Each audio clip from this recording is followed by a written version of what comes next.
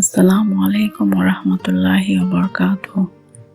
প্রিয় দর্শক, কোরবানির ঈদকে কেন্দ্র করে আমাদের সমাজে অনেক প্রশ্ন ও বিভ্রান্তি দেখা যায়। এর মধ্যে একটি সাধারণ প্রশ্ন হলো, কোরবানির গরুর ভুঁড়ি বা বট খাওয়া কি হালাল নাকি হারাম? প্রিয় দর্শক, আপনাদের সবাইকে স্বাগত জানাচ্ছি রোজিনা ইসলামিক ডায়েরি চ্যানেলে। অনেকেই বলেন এটি খাওয়া জায়েজ নয়, আবার কেউ বলেন এটি সম্পূর্ণ হালাল। কিন্তু আসল সত্য কি? ইসলাম এই বিষয়ে কি বলে? কোরআন হাদিসে আলোকে সঠিক বিধান কি? আজকের ভিডিওতে আমরা এই বিষয়টি বিস্তারিতভাবে আলোচনা করব, যাতে কোনো ভুল ধারণা বা বিভ্রান্তি না থাকে। তাই ভিডিওটি শেষ পর্যন্ত দেখুন। প্রথমেই জেনে নেওয়া যাক ইসলামে কোন খাবার হালাল এবং কোন খাবার হারাম। আল্লাহ তাআলা কোরআনে স্পষ্টভাবে কিছু খাদ্য হারাম ঘোষণা করেছে, যেমন মৃত প্রাণী, প্রবাহিত রক্ত, শূকরের মাংস, আল্লাহ ছাড়া অন্য কারো নামে জবাইকৃত পশু।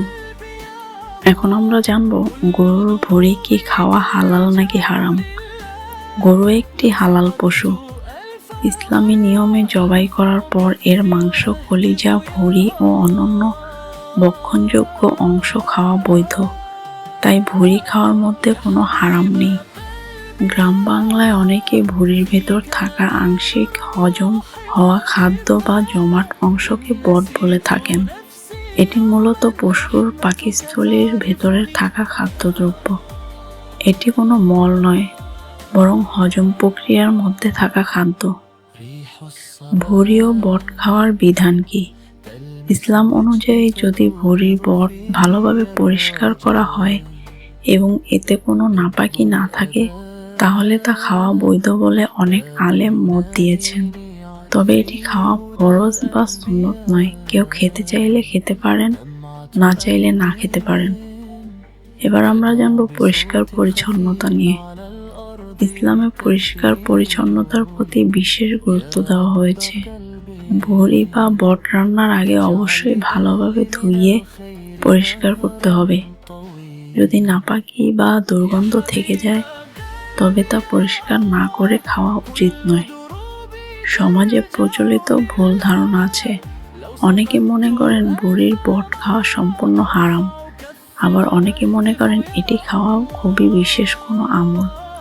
আসলে এই দুই ধারণাই সঠিক নয়।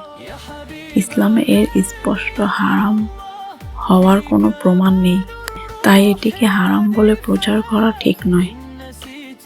প্রিয় দর্শক, কোরবানির গরুর ভুঁড়ি হালাল, আর ভুঁড়ির ভিতরে থাকা বট যদি পরিষ্কার ভক্ষণযোগ্য অবস্থায় থাকে, তা খাওয়া সম্পূর্ণ হালাল। তবে পরিচ্ছন্নতা বজায় রাখা অত্যন্ত জরুরি। আমাদের উচিত কোনো বিষয়ে সিদ্ধান্ত নেওয়ার আগে কোরআন, হাদিস এবং বিজ্ঞ আলেমের মতামত জানা। ভিডিওটি ভালো লাগলে লাইক, কমেন্ট, শেয়ার করুন এবং ইসলামিক বিষয়ে আরও সুন্দর আলোচনা পেতে আমাদের রোজিনা ইসলামিক ডায়েরিজ চ্যানেলটি সাবস্ক্রাইব করে পাশে থাকুন। আসসালামু আলাইকুম ওরহমতুল্লাহি ওয়াবারাকাতুহু।